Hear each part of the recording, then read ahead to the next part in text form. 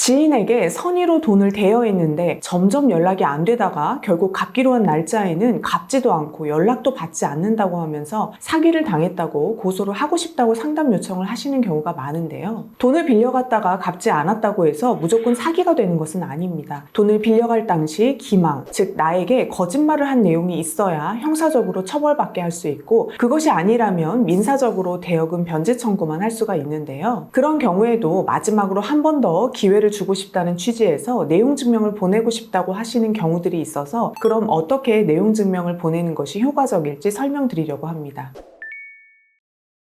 돈을 빌려갔는데 약속한 날짜에 갚지 않고 연락도 받지 않는 경우에는 보통 내가 갚지 않아도 당장 나를 상대로 법적인 절차를 밟지 않겠지, 그래도 조금은 기다려주겠지 라는 심리가 있기 때문인데요. 믿고 돈을 빌려준 사람 입장에서는 너무나 황당하고 슬픈 현실이죠. 이런 경우에 대해서 상담을 하면서 말씀드리는 것은 결국 상대방이 심리적으로 압박을 받도록 해야 한다는 점입니다. 그래서 법적으로 취할 수 있는 절차들과 각각의 예상 결과, 그리고 비용, 소요 시간 등을 설명드리고, 상대방이 현재 어떤 일을 하고 있는지, 어떤 사람인지에 대해 확인한 후에 어떤 것이 상대방에게 제일 압박이 클지를 이야기 나눈 후에 해당되는 절차를 진행하는데요. 법적인 절차를 시작하기 전에 내용 증명을 보내고 싶다고 하셔서 내용 증명을 발송하는 경우도 있습니다. 즉, 내용 증명 안에 약속한 날짜 또는 새로 지정한 날짜까지 돈을 갚지 않으면 내가 바로 법적인 절차를 밟을 거야 라고 경고를 하는 거죠. 제가 지금까지 변호사 업무를 하면서 봤을 때는 내용 증명보다는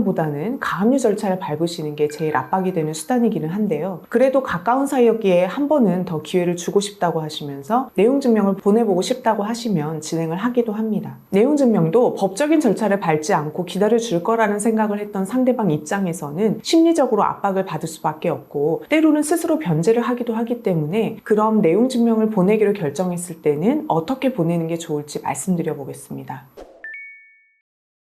먼저 나와 상대방이 약정한 내용을 기재해야 합니다. 약정이라는 것이 꼭 서류를 작성해야만 성립하는 것이 아니라 구두로도 가능합니다. 서류 안 썼는데 괜찮냐고 물으시는 경우가 있는데, 서류를 쓰고 안 쓰고는 입증의 문제와 관련이 있고, 구두로만 한 경우에 입증의 문제가 생기기는 하지만 그것은 상대방이 부인할 때 생기는 차후의 문제입니다. 내용 증명을 보낸 자료는 차후의 소송에서도 증거로 사용될 수 있기 때문에 나는 상대방과 약정한 내용을 일관되게 주장하는 것이 중요합니다. 기본적으로 상대방에게 돈을 빌려주게 된 경위, 돈을 준 날짜, 금액, 이자 약정을 했다면 그 내용, 언제 갚기로 했는지, 지연 이자를 별도로 약정했다면 그 내용 등을 쓴다고 알고 계시면 되는데요. 다만 내용 증명을 보냈는데도 갚지 않을 경우 법적인 절차를 밟을 것이기 때문에 그 내용을 어디까지 쓸지, 어떻게 쓰는 게 좋을지에 대해서는 변호사와 상담을 받아보시는 게 좋습니다. 예를 들어 상대방에게 돈을 주게 된 경위에 대해서 쓰면서 좋은 게 좋은 거라 생각해서 일부만 기재했다가 나중에 사기죄로 고소하고 나서 그 내용이 변경되는 경우에는 신빙성에 문제가 생길 수 있기 때문에 쓸지 말지, 쓰면 어떻게 써야 나중에 법적인 절차를 밟을 때 문제가 안 생길지에 대해서는 상담을 받아보셔야 합니다. 법적인 절차를 진행할 때 내용 증명이 증거로 제출되면서 오히려 나에게 불리한 증거로 활용되는 경우도 있기 때문입니다. 그리고 제가 드리고 싶은 말씀은, 내용 증명을 보낼 때 변호사에게 의뢰를 해서 법무법인이나 변호사 이름으로 발송하셨으면 합니다. 제가 앞서도 말씀드렸지만 내용 증명은 법적인 절차를 진행하기 전에 상대방을 심리적으로 압박해서 스스로 변제하도록 촉구하는 의미인데요. 개인의 이름이 아니라 변호사 또는 법무법인의 이름으로 발송될 경우 상대방은 이미 변호사에게 의뢰를 한 상황이고, 내가 변제를 하지 않으면 법적인 절차가 바로 들어가겠구나 라는 생각을 하면서 심리적으로 더욱 큰 압박감을 가지기 때문에 내용 증명에 더욱 큰 힘을 실어줄 수 있습니다.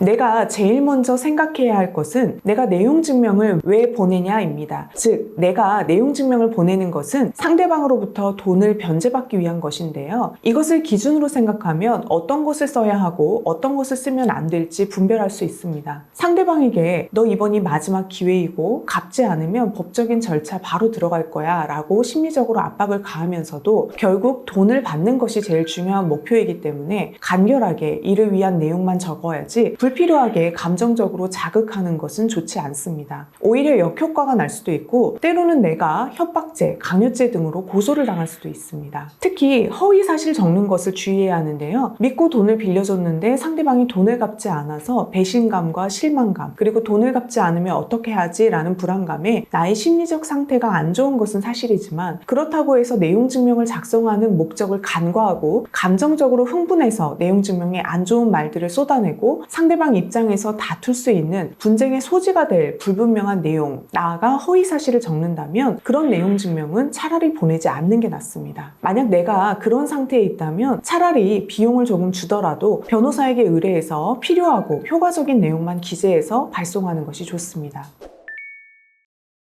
내용 증명은 동일한 서류 세부를 출력해서 우체국에 가져가야 하고 우체국에서는 세부 모두를 받아 간인하고 관리대장을 작성해서 기록을 남기는 등의 절차를 밟은 후에 한 통은 상대방에게 발송하고 한 통은 우체국에서 보관하고 남은 한 통을 나에게 돌려줍니다. 그럼 그것을 보관하고 있다가 추후에 증거로 활용하면 됩니다. 요즘은 인터넷으로도 내용 증명을 발송할 수 있기 때문에 그것도 고려해 보셔도 좋습니다. 오늘 내용 증명 관련해서 설명을 드렸는데요. 이와 관련해서 도움이 필요하시면 상담 전화로 문의 주세요.